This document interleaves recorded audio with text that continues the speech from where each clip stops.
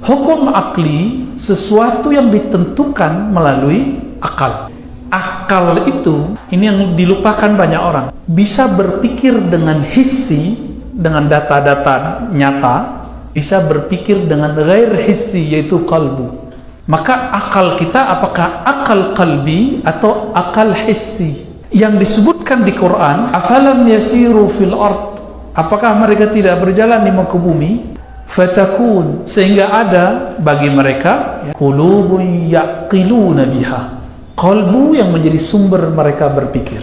Nah, itu target Al-Quran. Jadi akal bukan berarti orang-orang musyrik dulu tidak berakal, mereka berakal tapi bil his, seperti hissi, indrawi, ndak nampak de indra, ndak terasa de indra di tulaknya, bukan itu. Kalau qalbu ta'alluqnya billah, ya hukmu akli itu yang dimaksud. Wajib akli, mustahil akli, jaiz akli. Karena orang-orang begini, Quran sudah di tangan. Ketika membaca Al-Quran, nah inilah perangkatnya. Jadi ketika membaca Al-Quran, wajib menggunakan perintah Allah, afala ta'qilun. Jadi akal itu jadikan perangkat untuk membaca, bukan sebagai sumber. Inilah al-farq bainana al-asy'ariyah wal mu'tazilah. Perbedaan kita dengan Mu'tazilah. Mu'tazilah itu menjadikan al-masdar al-awwal, berpertama dalil itu akal, sedangkan Ahlus Sunnah menjadikan akal cuma alat. Itu juga wajib mengenal apa yang wajib pada haknya Rasul. Berapa jumlah Rasul? 313. Jumlah para nabi 124.000.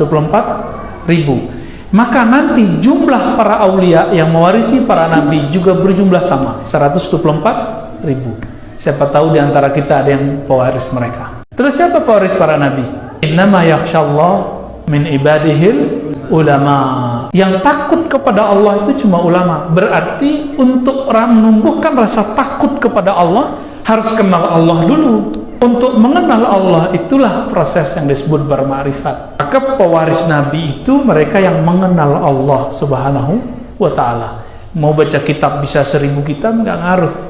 Kalau tidak bisa mengenal Allah, maka dia bukan wali Allah, bukan pewaris Rasulullah sallallahu alaihi wasallam. Untuk diketahui pada sifat Allah adalah 20 sifat. Allah itu sifatnya tiada batas. Itu sifatul wujud. Apa beda wujud dengan maujud? Maujud disifati, kalau wujud sifatnya. Maujud zat yang disifati, kalau wujud sifatnya. Nah, bagaimana cara mengetahui wujud? Memberikan pertanyaan. Jika benda seperti meja ini ada dan ada yang membuatnya, apalagi alam semesta, maka wajib pada Allah sifat al-wujud. Wal qidam wal baqa, yang tidak didahului dengan tiadaan. Kalau baqa, Allah itu tidak pernah tidak ada sebelumnya. Wal baqa wa mukhalafatuhu lil hawadits. Tidaklah Allah itu bergerak, tidaklah Allah itu diam, tidaklah Allah itu bertempat, berarah. Jika matahari terbit dan terbenam, Allah tidak pernah terbit, tidak pernah terbenam. Itulah wujud qidam baqa. Wa qiyamihi ta'ala binafsihi. Allah qiyam. Karena istilah akidah, qiyam di situ bukan qiyamnya fikih. Fikih itu terhadap mukallaf, hamba. Sedangkan qiyam di sini qiyamuhu ta'ala. Qiyamnya Allah Ta'ala binafsihi. Allah berdiri sendiri. Nah, boleh diartikan lain. Allah wujud dan mengurus dirinya sendiri. Untuk membantah apa? Jadi kalau ada pemahaman malaikat itu untuk apa diciptakan? Allah butuh bantuan? Enggak. Bukan Allah butuh malaikat. Malaikatlah yang butuh Allah. Allah istiwa alal ars. Bukan Allah butuh aras. Wal ars muhtajun ilallah. Araslah yang butuh Allah. La hiya, ini la sifah. La hiya huwa wa la hiya ghairuh. Tidaklah sifat itu zat, tapi tidaklah sifat itu berdiri tanpa zat. Penyebutan sifat kepada Allah jika istilahnya sama dengan sifat makhluk, bukan berarti al-musamma wahid, yang dinamakan sama. Namanya samu, barangnya lain. Samu-samu sami'un basir. Inna khalaqnal insan, kami menciptakan manusia dalam surah insan, dari nutfah yang terpancar, lalu kami jadikan dia sami'an basira. Sami' dan basir. Allah menyebut dirinya innahu Sami'un basir. Allah sami', makhluk pun sami'. Namanya sama-sama sami'. Wala hiya ghairuh. Ya, sifat itu tidak bisa ada kecuali ada zat. Allah itu ia berzat, ia bersifat. Qiyamuhu binafsihi. Sifatnya berdiri sendiri, ada zatnya, ya. Maka ini masuk ke dalam sifat-sifat qalbiyah yang masuk ke sifat zatiyah. Wahdaniyah. Wahdaniyah dari kata wahdah atau wahid atau dari ahad, ya. Jadi ambo wujud ambo satu, tapi satunya ambo terdiri dari berbagai anasir. Zat Allah tidak terdiri dari anasir-anasir. Itu maknanya. Tidak terdiri dari unsur-unsur. Karena tidak terdiri dari unsur-unsur, bisa tidak dibayangkan? Tidak. Maka Allah itu bukan makanan akal, bukan juga qalbu. Akal itu cuma menetapkan wujud dan sifat. Qalbu menyebutkan nama. Ruhlah yang bisa mengetahui Allah itu ada. Adanya bisa terasa dan dipandang. Itu lebih kurang makna wahdaniyah fis sifat. Maka Allah tidak usah dibayangkan kumpulan cahaya berlapis cahaya, bukan. Enggak. Allah Rahman dan Rahim itu zat yang maha satu. Di atas Luh Mahfuz itu Sidratul Muntaha tadi, itu ada raf-raf, ada kursi, tangga ke arsy Allah. Arsy Allah itu tidak berlaku di situ hukum qudrah iradah. Apa yang berlaku di situ? Yang disebutkan dalam surat Thaha ayat 5, Ar-Rahman 'alal 'arsy istawa. Allah yang Rahman, satu-satunya ayat menyebutkan kata Rahman sebelum istawa.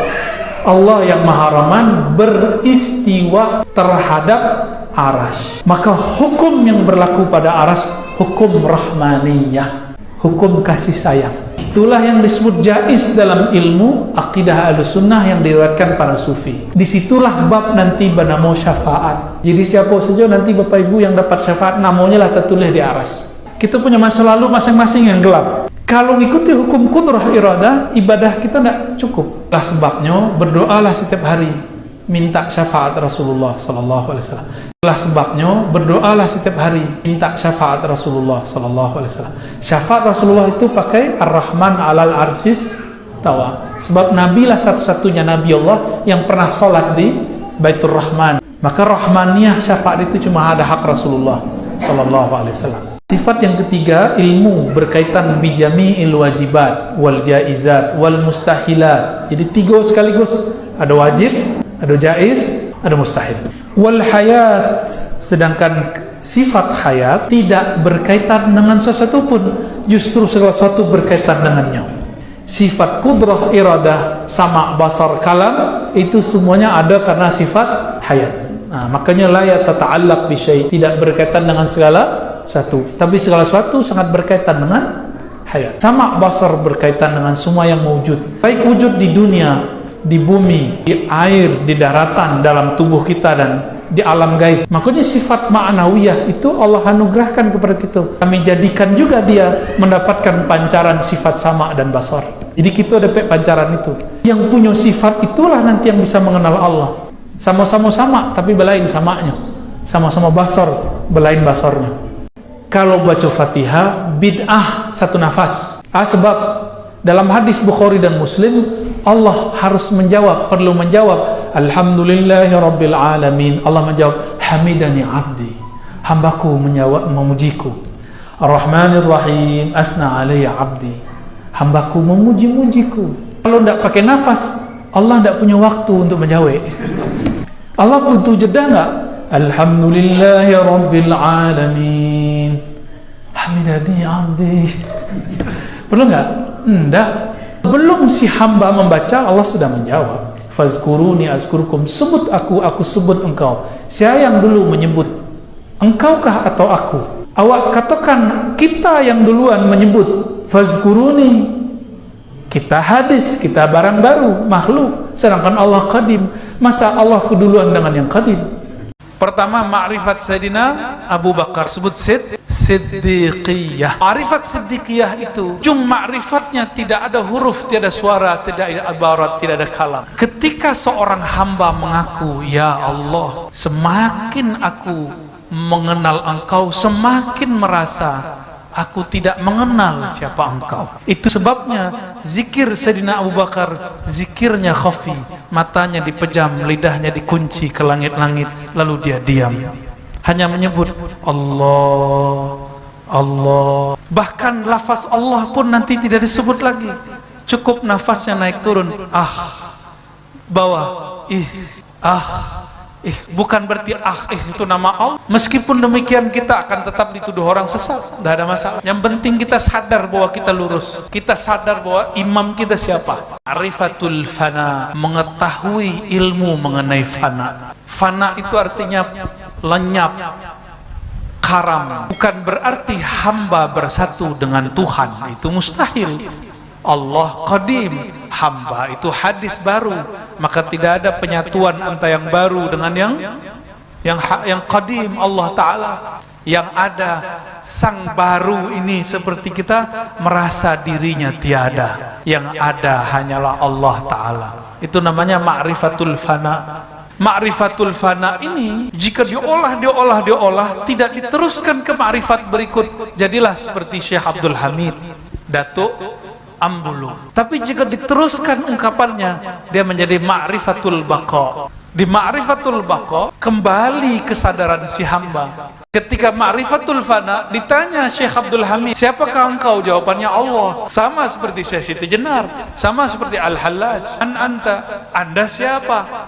Allah. Itu bukan dia yang jawab. Kalau dia yang jawab batal, karena Syekh Abdul Hamid makhluk, dia benda baru, bukan Tuhan. Lalu bagaimana kok itu bisa terjadi? Pernah terbayang nggak Nabi Musa dapat kalam Allah di Bukit Tursina? Itu Allah berbicara lewat apa? Allah menggunakan alam semesta yang ada di situ lalu berbicara. Tapi kalamnya tanpa huruf dan suara, kalamnya tidak menyatu pada benda. Jika Allah dapat menggunakan bukit, cahaya sebagai media berbicara, maka Allah juga bisa mengkalamkan namanya pada nama hamba bernama Al-Hallaj, hamba bernama Abdul Hamid, hamba bernama Siti Jenar.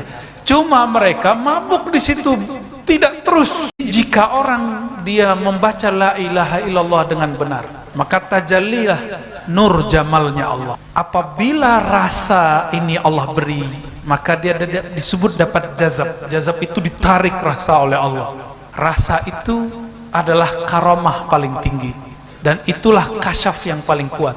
Di sini ada dua aliran ma'rifat. Pertama ma'rifat siddiqiyah, yang kedua ma'rifat turabiyah atau aliyah. Pertama ma'rifat Sayyidina Abu Bakar disebut siddiqiyah. Ma'rifat siddiqiyah itu ujung ma'rifatnya tidak ada huruf, tidak ada suara, tidak ada ibarat, tidak ada kalam. Itu sebabnya zikir Sayyidina Abu Bakar, zikirnya khafi, matanya dipejam, lidahnya dikunci ke langit-langit, lalu dia diam, hanya menyebut Allah, Allah. Ma'rifat Sayyidina Ali. Sayyidina Ali disebut Abu Turab karena pernah tertidur di masjid, lalu Nabi SAW ambil debu di sayangnya kepada saudara sepupunya dan juga mantunya, maka disebut ya Abu Turab. Turab itu artinya debu, bapak debu. Apa kata Sayyidina Ali? Allah berbeda dengan semua yang engkau bayangkan, yang engkau gambarkan. Kenapa? Allah lebih dahulu ada dari semua akal, maka akal tidak akan sanggup membayangkan Allah. Sebabnya haram membayang-bayangkan zat Allah. Boleh belajar ma'rifat zatullah, tapi haram tafakkur fi zatillah. Itu dua hal yang berbeda. Ma'rifat zatullah ujungnya laisa kamitsli, tiada yang serupa dengannya. Itu ma'rifat zatullah. Dalam diri kita ini ada namanya latifah, titik-titik halus. Latifah yang paling utama disebut kolbu. Kolbu itu kalau pegang dada bagian kiri, susu kita ini dua jari di bawahnya ada jantung. Dia berdenyut jantung. Tapi itu namanya kolbu sanubari, kolbu zahir. Kolbu zahir ini hanya dapat berdenyut karena kudrat iradat yang Allah berikan kepada kolbu yang disebut kolbu nurani. Udah jadi bahasa kita hati nurani. Jika kolbu nurani ini tidak diajak berzikir, maka dia menjadi kolbu zulmani, kolbu yang gelap.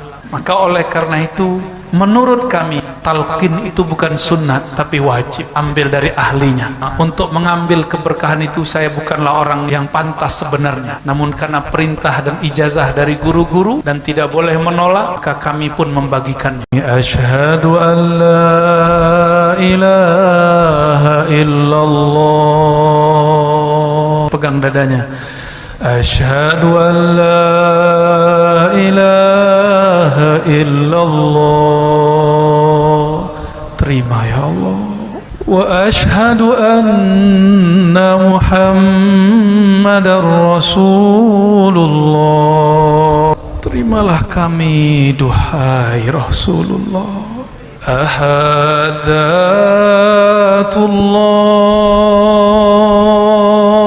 Ahmad Ruhullah, Muhammad Habibullah, Al-Mahdi Khalifatullah. Al-Fatihah.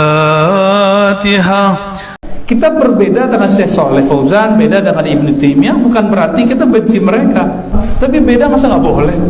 Kalau antum suka Syekh Shalih Fauzan fatwanya, itu bagus karena sesama mukmin. Tapi cinta apakah menghalangi antum mendengarkan kalam yang lain? Enggak kan? Syekh Shalih Fauzan punya definisi yang berbeda tawasul. Akhirnya kalau yang tawasul yang maksud Syekh Shalih Fauzan itu menyembah selain Allah, betul tawasul begitu syirik. Sepakat nggak? Kalau tawasul itu nyembah selain Allah, minta ke selain Allah, sepakat nggak kalau itu musyrik? Dan kita tidak tawasul begitu. Paham? Jadi istilah sama, definisi beda. Yang kedua, Syekh Shalih Fauzan menyebut orang yang suka ziarah kubur, bertabarruk, mengambil berkah, itu dengan ubadul kubur, penyembah kubur. Itu kalam apa tuh? Jadi kita ini datang ke kubur, mendoakan yang dikubur supaya dapat berkah kita semua, supaya ingat kalbu itu kepada Allah dan kematian. Baik, kita mulai dengan syahadat. Ikuti. Asyhadu an la ilaha illallah. Ikuti, ya Allah, terimalah persaksian kami.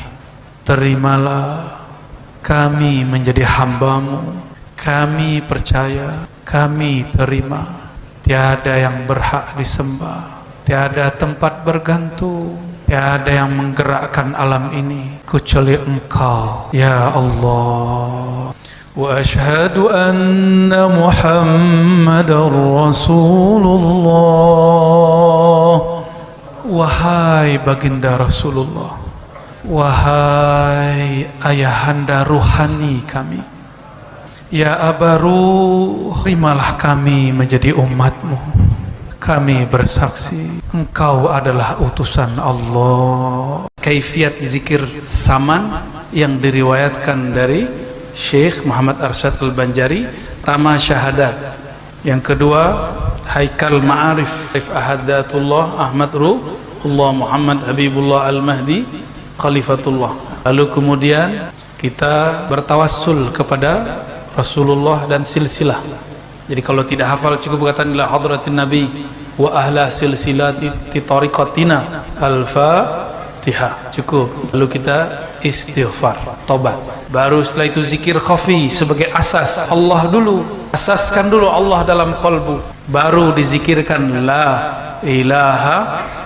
Zikirnya yang lembut, dimulai dari kolbu Allah Allah Allah, lalu dibawa la dari kolbu ke titik ruh, latifah ruh, lalu dikembalikan Allah, lembut, lalu selesai diharumkan dengan sholawat.